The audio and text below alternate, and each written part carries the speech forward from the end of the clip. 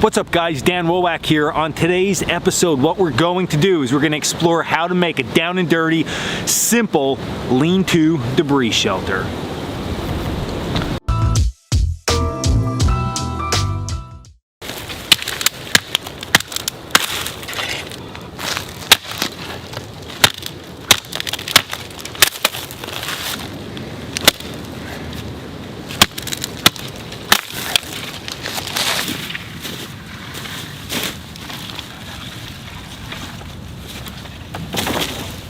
Alright, so as you can see, I started to collect some trees already, and I collected them from this row of trees behind me. Now, if I zoom the camera out a little bit, you can see it looks a little bit strange. There's all these real straight, small, little perfect saplings.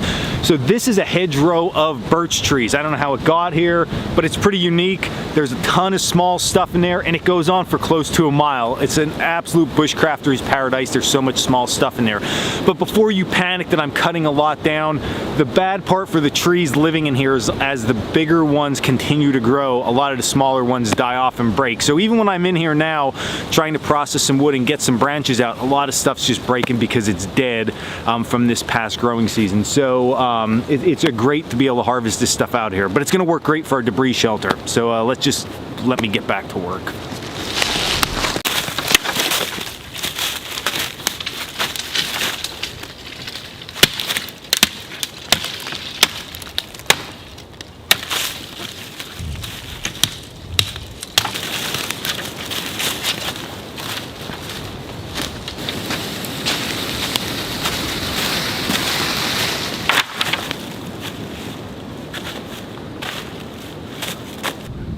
Listen, when it comes to building a debris shelter, time, okay, is what is of the essence. It's very important because if you're already in the situation where you're cold and it's starting to rain or it's starting to snow, you're already behind the curve, okay? And a debris shelter is not going to go up extremely fast. It's going to take some time, so you need to be aware of that and you need to pre-plan with that. That's the number one rule. Number two rule is that you don't want to pick materials in one spot and have to transport them extremely far for your next batch of materials. And you're going to see this as we go along. Where I collected the birch from, okay, to where I'm going to build my shelter is not far, okay? It's only 20 to 30 feet away. That is important, okay? If you are picking material in one spot and then you realize that the next layer, let's say in our case we're going to be using a lot of hemlock, is going to be your base layer on that shelter, and there's none for 400, 500, 600 yards, it's probably not a good idea to start building your shelter there. And I see that happen a lot with people. You need to be in a good location to start building your shelter. So now that I have my location picked, what I have to do is start to construct the frame of my shelter. Again, I'm looking super easy, super simple for this. So one of my favorite things to do is find something like this right here, a Y in a tree branch. This is gonna accept one side of my main beam on my lean-to shelter. All it requires is just a little bit of cleanup here. So not much, we're already cleaned up. We can get a stick in there and we're gonna be golden. So one thing that I always like to do when it comes to these Y branches is really get it that it's seated down low. If it's up too high, it's almost acting like a wedge once we add some weight to it. So that really simply can get taken care of by just trimming one or two sides down and flattening them out, okay? So just get out your cutting tool there and have at it. So just smooth that one side out, see where you're fitting in at.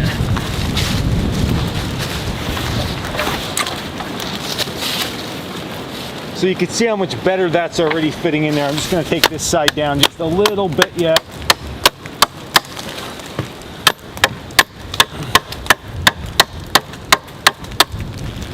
All right, there we go. So we didn't weaken up the board too much getting it in there like that, but it is going to help with not splitting this out. You just also want to make sure that's good and steady and strong, which it is. Okay, so one side secure, but now the second side, you might be wondering, well, what are we gonna do? How are we going to get this thing to stand up? And I'm gonna use a tripod for mine. I think it's quick, it's easy, I'm cutting branches anyway, so I'm gonna get the job done like that. But your tripod has to be the right height. So this is what I found that you should do. Get your tripod sticks together and then look at the height okay, of where that Y branch is. And then what you're gonna do is you're going to go up about 1.5 feet. Now that does seem like a lot, but remember, we can open the end of that tripod up, and that's going to give us some adjustment. If we tie this tripod at the same height as this, as soon as we open it, it's automatically lower. We're never gonna get a straight ridge line. So go about 1.5 feet higher. So we're gonna be tying up somewhere around here. Full tripod lash, everybody. Don't be slackers. I know we all love that coal cracker quick lash, but this is gonna actually support some weight, so I want a full lash on this one.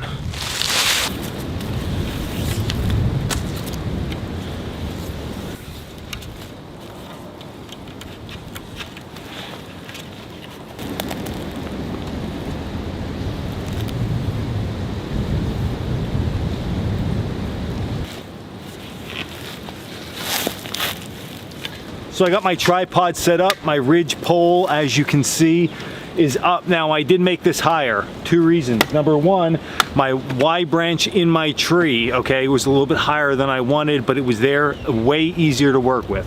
Secondly, I wanted to build this shelter so I can come back and utilize this. So if it's bad, foul weather, or I want to hunt out of this, I can literally just sit under there.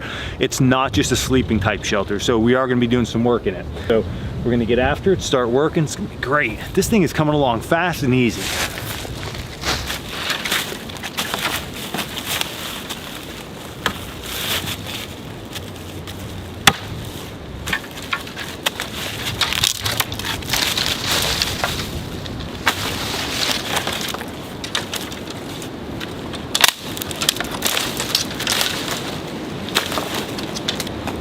Okay, so what I've done now is I went ahead and I measured how long one of my back ribs need to be for my shelter. Once I did that, I came over here and I made myself somewhat of a jig or a length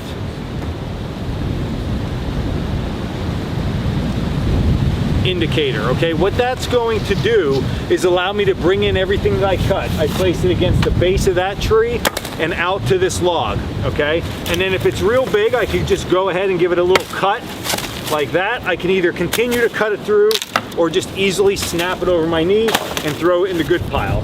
So this one, too short, I just put it in the short pile. And then I'll just continue this process. I pull in a stick, I true it up,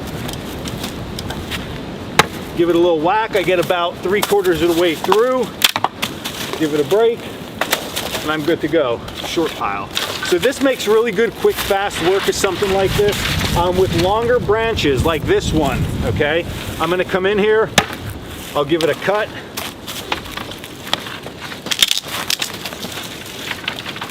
Give it a break, that goes in that pile. I can still continue this process. So I just pull it in further, same thing.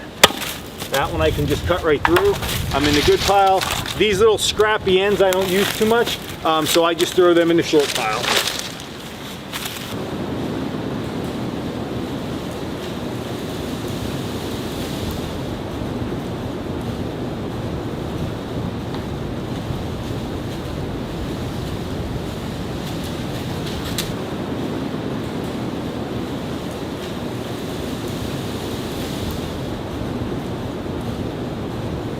Okay, so all the ribs now, what I call at least ribs, are up on the structure. So we have our main cross member, we have our tripod holding up one side, and we have all the ribs in place. Now, when you build a debris shelter, there's a lot of different factors you can take in consideration, which we already talked about. How much time do you have? How elaborate do you want it to be? What's the ultimate purpose of it? In my case, I'm gonna be putting a lot of hemlock boughs on top of this. I don't need these ribs touching each other. I don't need a thick wall of wood behind me. All I need is something to block the wind, and it's so cold now, if it does any kind of precipitation, it's going to be snow. So I'm not too worried about rain or anything like that. So for right now, this is going to be fine. We can always add more in later on down the road. But even if you put pine boughs on here, and then later on, as everything melts out, you put leaf matter on here and more pine boughs, that's going to be more than enough of a structure to take care of it. Sides, front, you can depend on, again, how elaborate you want that to go. We're going bare bones, down, dirty, super easy right now.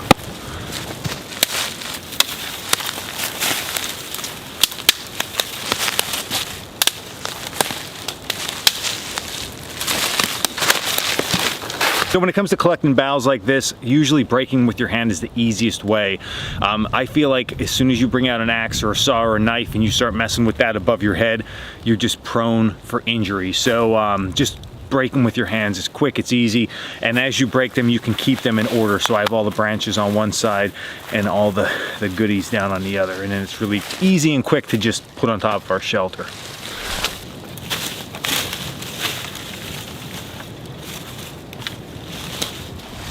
Now, a couple key factors in the back of this shelter that I want to point out. I started at the bottom and then I worked my way up to the top. The reason for that is we wanted to overlap like shingles on a house, okay? So we don't want any type of precipitation or snow getting underneath. We want it to shed off and then it would actually slide onto the next section, okay? So as the snow comes down here, it just very easily is going to shed away that way. The other thing is the branches normally grow upward, okay? So there's an upward sweep to them. So whenever you place them on your shelter, flip them the opposite way. So they're growing like this in nature, upward. We want to lay them on our shelter downward. That gives a way smoother finish to the back side of your shelter, and it's just gonna make it that much nicer. All right, so we are on our way to debris shelter success. What we got going on, a couple things, is we got pretty nice coverage, not as thick as I would like. If it was going to rain, we would definitely need way more than that. But again, think of the environment that you're operating in.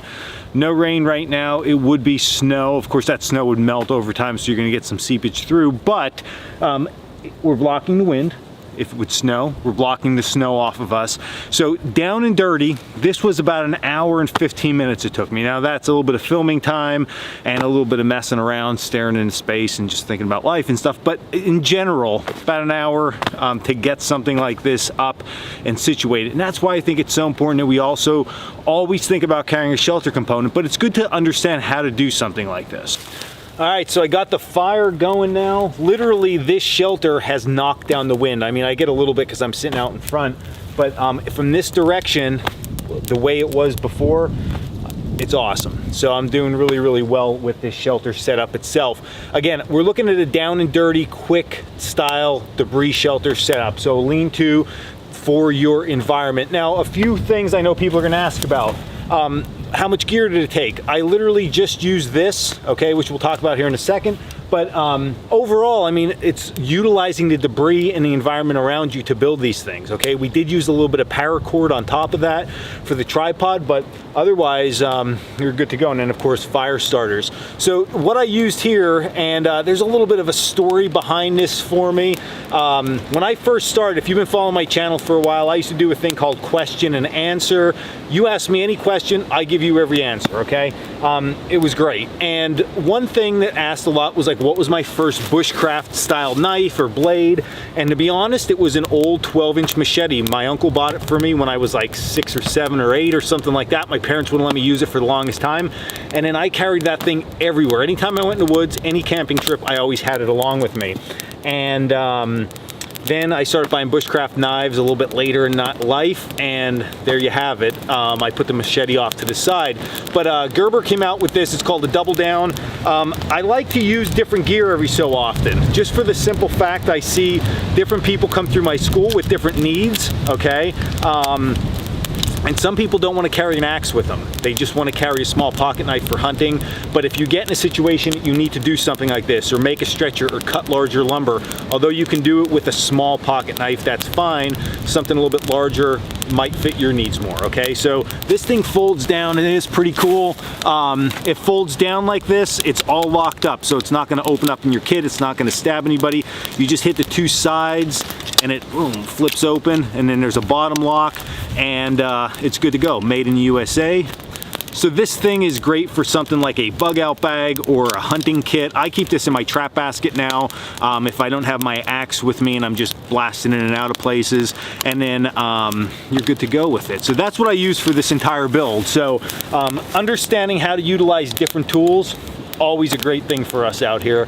And look at, I built a great shelter that I can definitely spend some time in, be protected from the elements, and be good to go. So I'm gonna warm up, listen to the wind blow around before we have a big snowstorm headed in real shortly here in Pennsylvania, like in the next day. So I'm excited to get back here and check this out after the snowstorm and see what's up. So I hope you enjoyed this video. Again, just think about it. Simplicity is key, okay? You don't need a lot of tools, and you can get the job done really easily. So this was Dan Wowak of Coal Cracker Bushcraft. As always, check us out at coalcrackerbushcraft.com, and until the next video, stay in the woods.